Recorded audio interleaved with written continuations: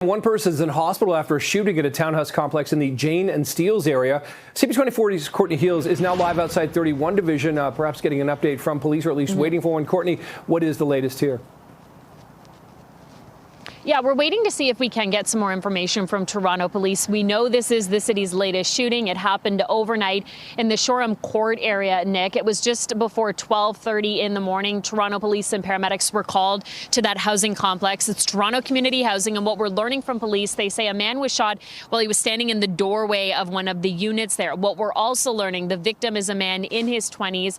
He was rushed to hospital overnight through an emergency run, so that means lights and sirens. They were trying to get this man to hospital as quickly as possible, and his injuries were considered life-threatening. So the latest we have is that this man is still in hospital fighting to survive. I believe we do have some video from the scene. We're sharing that video with you now. You get a sense of just how many officers were called to this shooting overnight.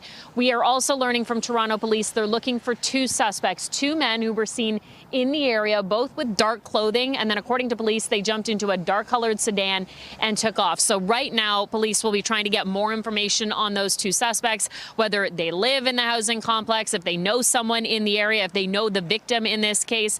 They'll also be going over surveillance video. When we were there earlier, Nick, there were several cameras outside of all of the buildings, all of the units. So they'll definitely be looking at that footage once they get access to it to get a better sense of exactly what happened.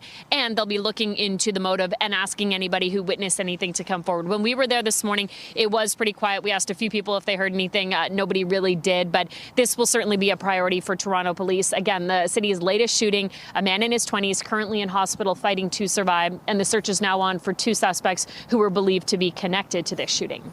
Over to you. All right, that's Courtney Heels outside 31 Division for us this morning. Court, appreciate the update.